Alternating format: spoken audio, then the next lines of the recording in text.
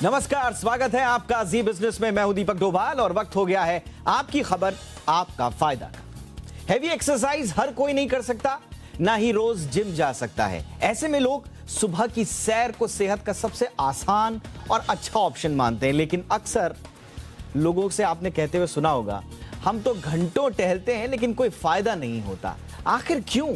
दरअसल लोग अपनी सेहत के लिए मॉर्निंग वॉक पर निकलते तो हैं, लेकिन उन्हें पता नहीं होता कि कितना वॉक करना है, किस स्पीड में वॉक करना है, कितनी देर तक करना है। एक्सपर्ट्स भी मानते हैं कि वॉक की स्पीड को जब तक बढ़ाया नहीं गया तब तक कोई फायदा नहीं होगा। यानी आपको सिर्फ चलना नहीं है बल्कि ब्रिस्क वॉक करना है। आज इस मुद्दे को हम आसान भाषा में आपको समझाएंगे। बहुत खास मेहमान मेरे शो पर आज मौजूद हैं। पहले ये रिपोर्ट देखिए, लौटते हैं मेहमानों के साथ।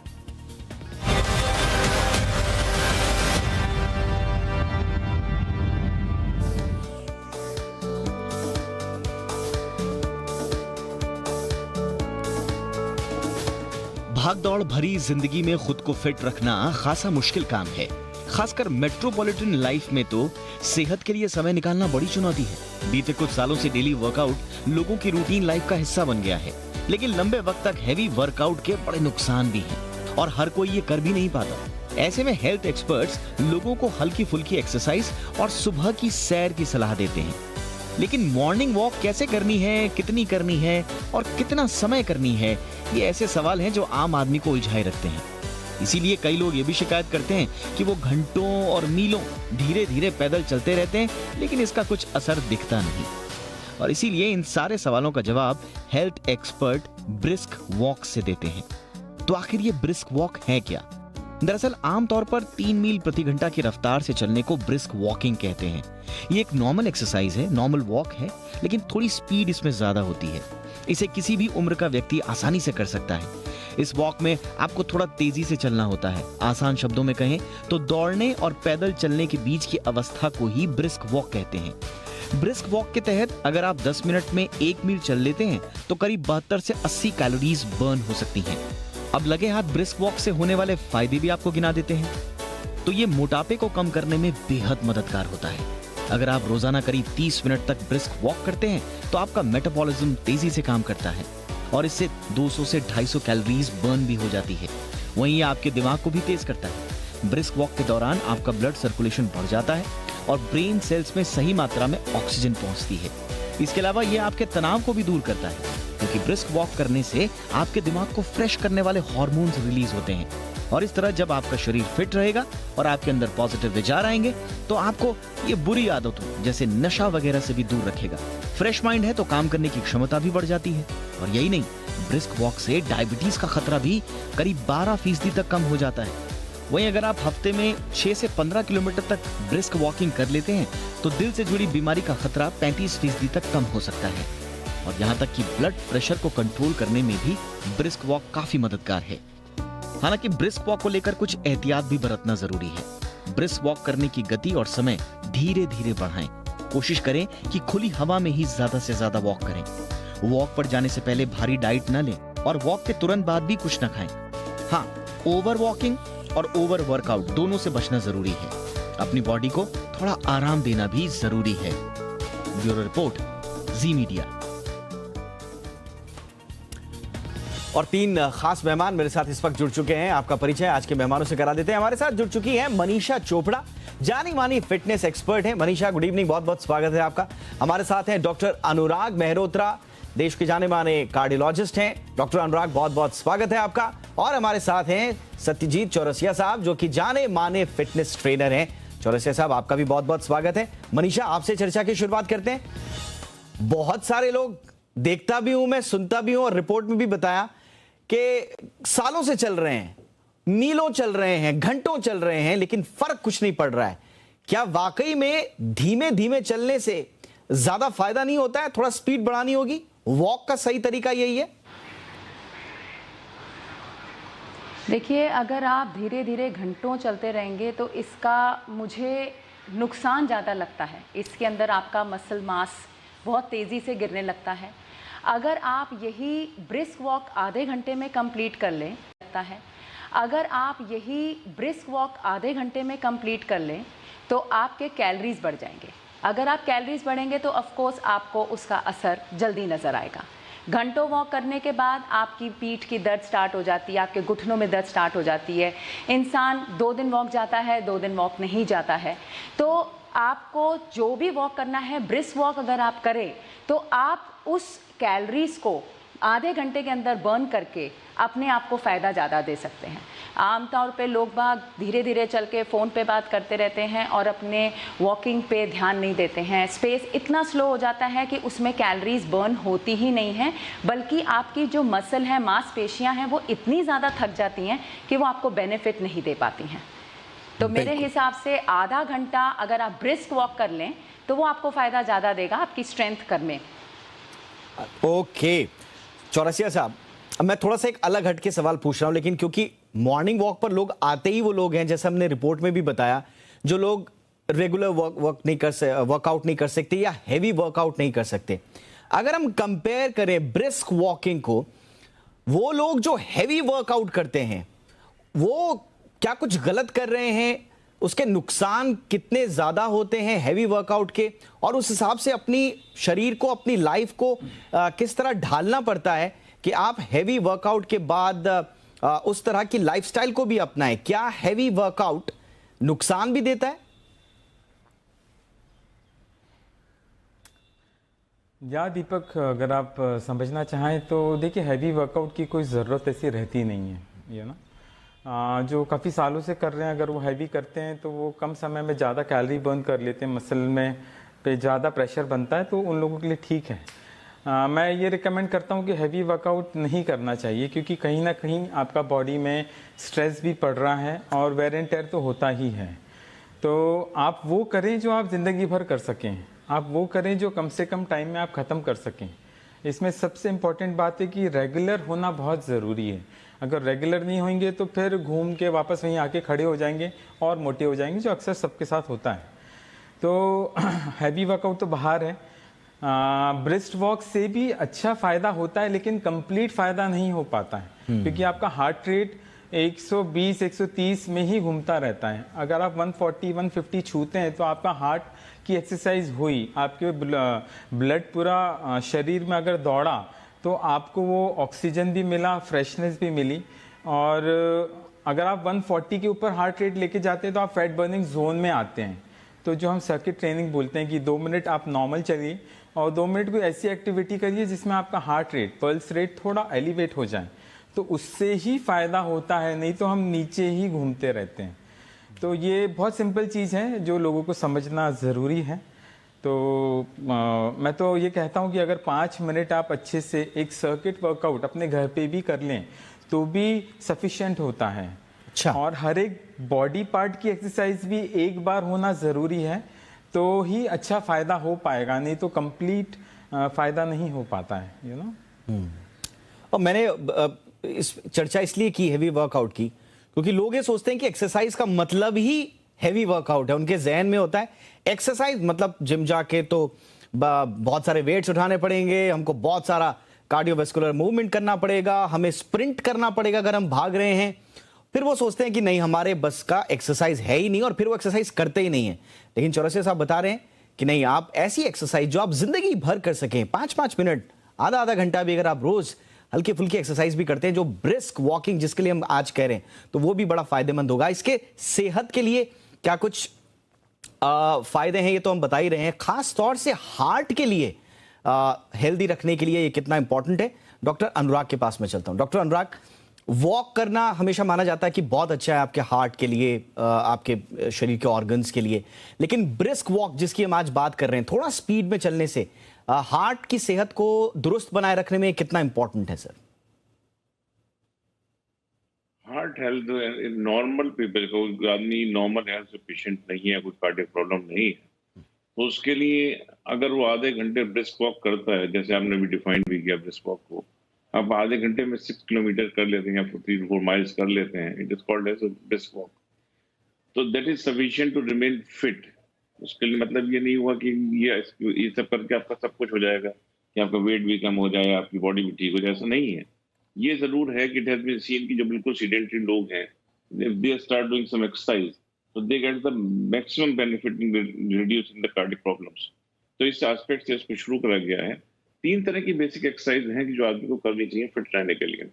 वन इज एरोबिक, जैसे ब्रिस्क वॉकिंग की बात चल रही है, that is for 30 minutes a day, at least 5 days a week, या 150 minutes a week. Second type of exercise are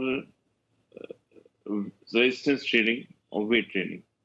ये देखा गया है कि रेजिस्टेंस ट्रेनिंग या weight training gives definite advantage because it builds up muscle mass, it increase the metabolic aspect of your body and it helps in reducing the weight. Third type of exercise are flexibility exercise, yes, stretching exercise. They are also very important because they help to maintain your joint in shape and muscles in shape. So there should be combination of these three. This is for the normal person. And then again, there are different subsets of patients के किसी को परेशानी है उसमें कैसे क्या करें. That is, will be going to detail. Yes, बिल्कुल सर. मैं आगे जरूर पूछूंगा कि कौन कौन सी ऐसी बीमारी हैं जिनसे ग्रसित लोगों को बचना चाहिए हैवी एक्सरसाइज से, अगर एक्सरसाइज करनी हो तो किस तरह से करनी है, उस पर हम आगे चर्चा करेंगे. मनीषा, अब बुनियादी सवाल, लोग मॉर्निंग वॉक पर निकलते हैं लेकिन मॉर्निंग वॉक को लेकर लोगों के मन में क्लैरिटी नहीं है कि मॉर्निंग वॉक कैसे करनी है. लोग उठे बिस्तर से 2 चक्कर पार्क के लगाए या 5 लगा दिए और वापस आ गए, इसी को लोग मॉर्निंग वॉक समझ लेते हैं. आप हमारे दर्शकों को बताइए कि मॉर्निंग वॉक होती क्या है और कैसी होनी चाहिए.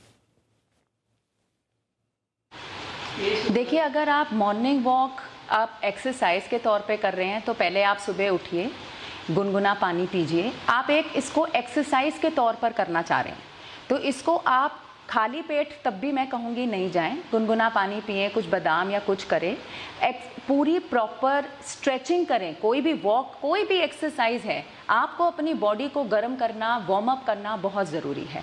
स्ट्रेचिंग करें, थोड़े से हाथ पैर अपने आगे पीछे हिलाएं और फिर आप वॉक करना स्टार्ट करें या आरंभ करें. लंबा लंबा श्वास अंदर लें, छोड़ें. आपको ये देखना है कि आप मॉर्निंग वॉक पे निकले हैं अपने दिमाग को, अपने शरीर को स्वस्थ करने के लिए. आपको यही एक वक्त है जब आप अपने आप से कनेक्ट होते हैं. तो रेदर देन अगर आप फ़ोन पे बात ना करें और आप मॉर्निंग वॉक पर अपने आप के साथ रहें, आप सुबह जब आप जाते हैं आप ब्रीदिंग एक्सरसाइजेस करते हुए या हाथ में आप छोटे छोटे वेट्स रख सकते हैं, आप उसके साथ आप अपने एक्सरसाइजेस हाथ की कर सकते हैं, अपर बॉडी पार्ट कर सकते हैं. तो आपको ये स्ट्रेंथ ट्रेनिंग भी साथ साथ में हेल्प कर सकती है. जिनको थोड़ी सी दिक्कत है वो नॉर्मल विदाउट वेट्स भी एक्सरसाइज कर सकते हैं, पर तरीका सिर्फ यही है कि आप उस वक्त सिर्फ अपने आप के साथ रहें. ये नहीं कि आप फ़ोन पे लगे हुए हैं या आप घंटों बात ही करते चले जा रहे हैं और आप अपने शरीर पे, अपने सांस, how you have to breathe, उस पर आप ध्यान नहीं दे रहे हैं. So that is very important when you are going to work out या आप एक्सरसाइज कर रहे हैं तो आप किस तरीके से एक्सरसाइज करते हैं, that is very important. So you need to breathe properly, you need to meditate. आप अपने साथ रहें, चाहे आप अपने गाने सुने, पर तरीका उसके बाद आप अपना वर्कआउट वार्म अप करके उसके बाद कूल डाउन करके ही आप अपने घर पे रहें. बिल्कुल. और हम जो ग्राफिक चला रहे हैं उसमें हमने एक जगह ये भी लिखा है कि क्योंकि रेंगने में और चलने में थोड़ा फर्क है. अगर आप रेंग कर वापस आ जाएंगे, और मैं ये कहते हुए मैं बहुत सारे मेरे मित्र हैं, रिश्तेदार हैं, दोस्त हैं, उनको मैं याद कर रहा हूं जो मॉर्निंग वॉक के नाम पर निकलते हैं और रेंग के वापस घर आ जाते हैं और कई सालों से ऐसा कर रहे हैं और फिर कहते हैं हमारे को तो कुछ हो नहीं रहा है, ये मॉर्निंग वॉक हमसे होगी नहीं. बहरहाल this was on a lighter mode. But Chaurasia साहब, अब ये बताइए कि मॉर्निंग वॉक पर और क्या क्या आदमी कर सकता है ताकि उसकी फिजिकल एक्टिविटी, एफिशिएंसी, स्ट्रेंथ बढ़ जाए और उसके लिए आसान भी हो. हाँ जी. मेरे हिसाब से आप 50 मीटर वॉक कर लें, आपका वार्म अप हो गया. फिर आप 50 मीटर थोड़ा सा ना धीरे धीरे दौड़ना चालू करें, जिससे आपका हार्ट रेट ऊपर आना चालू होगा. फिर जहाँ आप थक गए आप ना 10-20 सेकेंड रुक जाइए और फिर थोड़ा स्प्रिंट में लगाइए. अगर स्प्रिंट लगाते हैं आप 50 मीटर्स, 100 मीटर्स, तो आपका ना हार्ट बड़ा अच्छे से एलिवेट हो जाता है. फिर आप रुक जाइए, 1-2 मिनट रेस्ट लीजिए. यही आप 2-3 बार 2-3 सेट ऐसा कर सकते हैं. लेकिन इसके साथ अगर आप अपने बॉडी से ही जो हमारी ट्रेडिशनल एक्सरसाइजेज हैं, जैसे आपने 2-3 मिनट वार्म अप कर लिया, दौड़ लिया, उसके बाद आप अपना स्क्वाट्स मारिए, हिंदू स्क्वाट्स, जो बैठक बोलते हैं हम लोग. हर कोई जानता है कि बैठक कैसे मारते हैं, यू ना. एक बार समझ लें फिर बैठक मारें. तो 15-20 रैप अगर आप बैठक मारेंगे तो पूरा ब्लड, लेग का मसल बड़ा होता है तो पूरा ब्लड लेग की मसल से ना बहुत अच्छे से आपके बॉडी में फ्लो हो जाता है। तो हर एक बॉडी पार्ट का एक एक मिनट अगर आप एक्सरसाइज करें, यानी स्क्वाट में आपका पूरा 50% आपका जो बॉडी होता है वो लोअर बॉडी है, तो 1 मिनट में आपने लोअर बॉडी कर ली। 1 मिनट आप पुशअप्स कर सकते हैं, 5-6 मारा वहीं रुका, 5-6 मारा वहीं रुका, ऐसा 1 मिनट ट्राई करें। और फिर प्लैंक कर लें, वर्ल्ड फेमस एक्सरसाइज है स्टमक की, कोर को स्ट्रॉन्ग करने की। तो 30 सेकेंड से स्टार्ट करें तो आपका कोर पे की मसल पे भी खून चला गया। तो सिर्फ दौड़ने से आपका कार्डियो एक्सरसाइज करेंगे सार्थक हो पाएगा आपका वर्कआउट। तो आप 1 मिनट स्क्वाट्स करें, 1 मिनट आप या तो सूर्य नमस्कार करें या पुशअप्स करें, 1 मिनट प्लैंक करें। ये 3 मिनट में आप पूरा बॉडी वर्कआउट कर सकते हैं। अगर आप टाइम है तो यही 3 मिनट 4 मिनट आप एक बार और कर लें। तो दौड़ने के साथ अगर आप ये 3-4 एक्सरसाइज ऐड करते हैं, जो सबको मालूम है कैसे की जाती है, या समझ लें 2 मिनट कैसे करते हैं, तो उसका ना फायदा दीपक बहुत अच्छा होगा। बिल्कुल। यानी अभी कुछ भी फायदा नहीं हो रहा है, सिर्फ 5 से 10 मिनट करने से आपको बहुत अच्छा भी लगेगा, इंस्टेंट अच्छा लगेगा। और आपको लगेगा यार कल थोड़ा सोरनेस आया, यानी दर्द आया बॉडी में, तो आपने सही एरिया को हिट किया। सोरनेस आना एक अच्छा साइन होता है। फिर आप अच्छा खा रहे हैं तो वो बॉडी पार्ट अपने आप में मसल बिल्ड करता है। हमको मसल ही बिल्ड करना है। मसल लॉस हर साल 1-2% होता रहता है जैसे हम एजिंग करते हैं।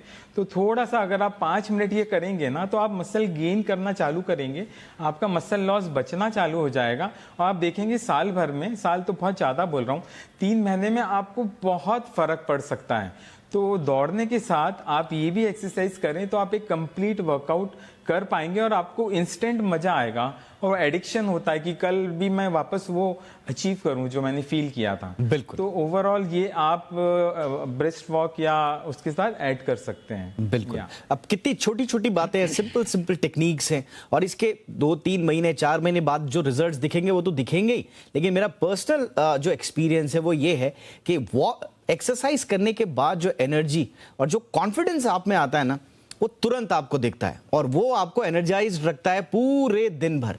एक अलग किस्म का कॉन्फिडेंस आता है चलने में, बात करने में, काम करने में। एक फीलिंग आती है कि मैं हेल्दी हूं और मैं कुछ अच्छा कर सकता हूं। सो ये कॉन्फिडेंस बहुत जरूरी है, इसलिए सबको ये छोटी छोटी बातें ध्यान रखनी चाहिए। तो धीरे धीरे वॉक को बढ़ाना है। जो सिर्फ रेंग कर घर आ जाते हैं वापस सोच करके हमने मॉर्निंग वॉक कर ली, उनके लिए तो हमारा शो है ही, साथ ही साथ उन लोगों के लिए भी है जो मॉर्निंग वॉक को सही तरीके से समझना चाहते हैं और मॉर्निंग वॉक के साथ क्या क्या एक्सरसाइजेज जोड़ सकते हैं और मॉर्निंग वॉक के फायदे क्या क्या, इनको समझने वाले तमाम लोगों के लिए हमारा आज का शो। चलते हैं अब डॉक्टर साहब के पास। डॉक्टर अनुराग मेहरोत्रा हमारे साथ हैं। डॉक्टर साहब, आमतौर पर सबसे ज्यादा लोग जो हम देखते हैं उनमें जो अंडरलाइंग डिजीजेस अगर हम कहें तो ब्लड प्रेशर वाले होते हैं और शुगर वाले होते हैं। तो इन्हीं दोनों के बारे में आप बता दीजिए कि इनको वॉक पर जाते हुए किस तरह का ख्याल रखना चाहिए। ब्लड प्रेशर या शुगर के जो पेशेंट्स हैं उनको वॉक करना जरूरी है। ये हर कोई जानता है कि वॉक करने से ब्लड प्रेशर कंट्रोल होना, ये शुगर कंट्रोल होने में मदद मिलती है।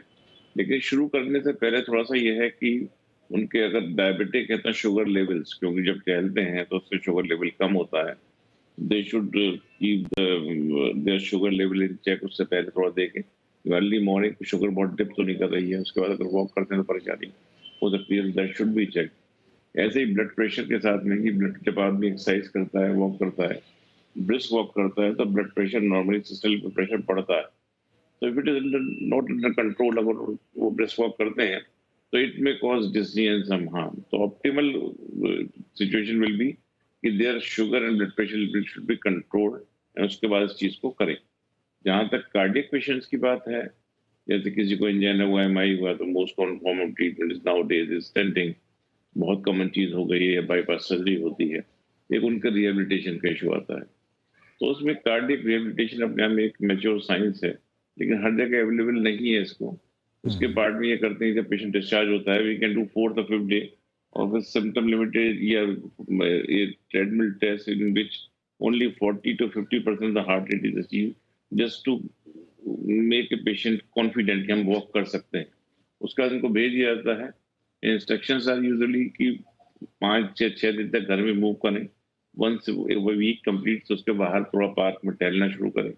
Bye third week we can do symptom limited treadmill test. उसका मतलब ये होता है कि जितना मरीज चल सकता है उसको चलाया जाए, देखें उसमें कितना चल रहा है। तो वो that is to assess the cardiac function again induce the confidence. तो ऐसा करा जा सकता है, ऐसा करते हैं। दूसरी बात यह है कि कॉमन आदमी को इसमें फैसिलिटी नहीं है, वो क्या करे। तो एक टारगेट हार्ट रेट का भी पहले विजिट कर रहे थे जोशी साहब, जो एक टारगेट हार्ट रेट होता है हर पर्सन के लिए, तो उसमें यूजुअली 220 माइनस दैट पर्सन से जो निकलता है उसका 85% is the maximum patient should go. Normally 60 to 70% तक ही उसका टारगेट हार्ट रेट का है, उस लेवल पे एक्सरसाइज करना चाहिए, उसके बियॉन्ड नहीं जाना चाहिए। ओके, यानी कि 220 माइनस आपकी एज, इसको माइनस कर दें और जो भी अनुपात आ रहा है वहां तक मैक्सिमम आप एक्सरसाइज करते हुए अपनी हार्ट बीट्स को ले जा सकते हैं। Am I right sir? 60 to 70% पे ही जाना चाहिए। अच्छा, उसका भी 60 to 70% पे ही जाना चाहिए, ये नहीं कि वहां तक पहुंचना जरूरी है, ऐसा नहीं है, उसके भी 60 और 70% तक जाएं। ओके, बिल्कुल, ऑलराइट। ओके, अब बढ़ते हैं आगे। मनीषा, आपके पास आता हूं। मेरे पास एक त्वरित सवाल आया है, मेरे एक कलीग हैं, उनका ये सवाल है और वो ये पूछना चाहते हैं कि जो एल्डरली जो लोग होते हैं, खासतौर से रिटायरमेंट के बाद, क्योंकि मॉर्निंग वॉक पर सबसे ज्यादा लोग पोस्ट रिटायरमेंट और 60 ईयर्स के ऊपर वाले लोग जाते हैं, तो उन लोगों को किस तरह की बातें ध्यान में रखनी चाहिए? और चलते चलते बहुत जल्दी हाफ जाते हैं लोग, थकान लग जाती है, तो शुरुआत में इज इट नॉर्मल? देखिए, आप कोई भी एक्सरसाइज, पहले तो हमें ये जानना है कि अब हम कोई भी एक्सरसाइज करते हैं वो हम क्यों करते हैं। हम अपने हार्ट के लिए करते हैं, हम अपनी पूरी बॉडी के लिए करते हैं, उसको तंदुरुस्त रखने के लिए। तो जो भी हम एक्सरसाइज, चाहे वो एल्डरली लोग हैं, वो आ रहे हैं बाहर, तो हमने सबसे पहले अपने आप को मेन पॉइंट ये देखना है कि क्या हम इस काबिल हैं कि हम कुछ भी बाहर कर सकते हैं, घर के बाहर जाके कर सकते हैं, या घर में ही टहलना है। इन चीज़ों का, कुछ चीज़ों का एल्डरली लोगों को ध्यान रखना चाहिए। अगर वो बहुत ज़्यादा हाँफते हैं तो उनके लिए अपने घर के आंगन में या बैल्कनी में पहले वो वहाँ से स्टार्ट करें, तो अपने 1-2 चक्कर वहाँ पे लगाएं, थोड़ी देर बैठ जाएं, फिर आगे चक्कर लगाएं, फिर थोड़ी देर बैठ जाएं। अगर उनको अच्छा लगे फिर वो अपने घर से बाहर जाके पार्क में या कहीं पर सैर कर सकते हैं। एल्डरली लोगों को और भी काफ़ी चीज़ें वो कर सकते हैं, सिर्फ ना सैर करने के बजाय एक रेजिस्टेंस ट्यूब्स आते हैं, उसके साथ वो अपनी मांसपेशियों को स्ट्रेंथ कर सकते हैं। They can use that while walking also. आप हाथ में रेजिस्टेंस ट्यूब करके you can keep walking and keep using resistance tubes, उनसे स्ट्रेंथनिंग भी हो जाती है। अगर उनको बहुत ज़्यादा हाँफने की दिक्कत है तो मेरी सजेशन तो सिर्फ यही है कि आप थोड़ा टाइम घर से बाहर ना निकलकर अपने घर के अंदर ही चक्कर काटें। जब आप बिल्कुल क्लियर हों कि हाँ आप कर सकते हैं, then only you should step out of the house. धीरे धीरे जब आप 5 चक्कर 6 चक्कर बिना हाफे निकाल सकते हैं, तब धीरे धीरे ये आदत बन जाती है, and then you can go out and enjoy your luxury walk and it's normal then. क्योंकि आप कोई भी चीज़ आप स्टार्ट करते हैं, हम भी अगर कोई भी चीज़ स्टार्ट करते हैं तो फर्स्ट हमारे हार्ट को उसको एडजस्ट होने में टाइम लगता है, पर जब हम उसमें एडजस्ट हो जाते हैं धीरे धीरे, then they can walk outside. Alright, Satyajit, आखिरी सवाल के साथ मैं आपके पास आ रहा हूँ, समय थोड़ा सा कम है, संक्षेप में आप बताएं डाइट का किस तरह से ध्यान रखें मॉर्निंग वॉक के साथ साथ? अच्छा क्वेश्चन पूछा आपने, क्योंकि डाइट ही सब कुछ है दीपक।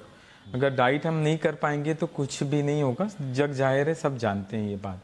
लेकिन लोग कंफ्यूज ही होते हैं, क्या खाएं, कब खाएं, क्या होगा और क्या नहीं होगा, वहाँ पर ही घूमते रहते हैं सब। देखिए, लोग बहुत भयंकर कीटो डाइट पे चले जाते हैं या ऑफ कार्ब्स चले जाते हैं या घंटों कार्डियो करते रहते हैं, ये सब गलत बातें हैं। आपका जो भी आपका वज़न कम दिखता है आपको, वो बहुत टेम्परेरी होता है। आपने अगर 7 दिन छोड़ा, पूरा वज़न वापस आ जाएगा।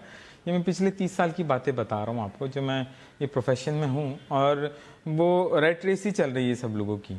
तो यहाँ पर ये बात आती है कि डाइट, आपकी बैलेंस डाइट होना बहुत ज़रूरी है, कि कार्ब्स का एक प्रमाण हो, फैट का एक प्रमाण हो और प्रोटीन्स का एक प्रमाण हो। तो प्रोटीन शुड बी 60%, कार्ब्स आपका होना चाहिए अराउंड सॉरी कार्ब्स, प्रोटीन आपका 60% होना चाहिए, फिर 30-35% कार्बोहाइड्रेट्स होना चाहिए, 5 से 7 ग्राम फैट होना चाहिए। तो ये कंप्लीट मिल के ही एक बैलेंस डाइट होती है। अगर आप कार्ब्स में गलत चीज़ें खा रहे हैं, जैसे मैदा है, रोटी है, यानी ग्लूटेन है, मैदा और रोटी तो आप छोड़ दें, यू नो। आप अपना नाचनी का आटे की रोटी बना लें, ज्वार बाजरा का बहुत टेस्टी होता है गरम गरम रोटी। तो आप एक लिमिट बनाएं कि मेरे को 2 की ज़रूरत है, बिल्कुल सॉरी, या मुझे 4 की ज़रूरत है, उससे ऊपर आप ना जाएं, यू नो। और जो मैदा, हम लोग बाहर जाते हैं ढाबे पे तो हम बटर नान खा रहे हैं, ये खा रहे हैं, वो चीज़ अगर आप रोक दें, और अगर ये बहुत इंपॉर्टेंट है इस तरफ कि का आपने अच्छा कार्ब्स दें, आपने हमारा शो देखने के बाद बहुत सारे टिप्स भी ले लिए, कैसे वॉक करना है, कैसे एक्सरसाइज करनी है, वॉक के साथ क्या क्या करना है, क्या क्या नहीं करना है, और जाके फिर छोले कुलचे खा लिए तो फिर उसका कोई मतलब नहीं है, या बटर नान खा लिया तो फिर कोई मतलब नहीं है फिर मॉर्निंग वॉक का। इसलिए आपको वॉक के साथ, एक्सरसाइज के साथ डाइट को भी फॉलो करना है, और जब बैलेंस्ड आपकी लाइफस्टाइल होगी तो फिर सेहत भी उसी रफ्तार से आगे बढ़ेगी। बहुत बहुत शुक्रिया आप तीनों का हमारे साथ जुड़ने के लिए। Manisha Chopra, thank you so much. Doctor Anurag Mehrotra, आपने वक्त निकाला, thank you sir. Satyajit Chaurasia, आपने भी वक्त निकाला, थैंक यू सो मच। इसी के साथ आपकी खबर आपका फायदा में इतना ही। इजाजत दें, देखते रहे जी बिजनेस। नमस्कार।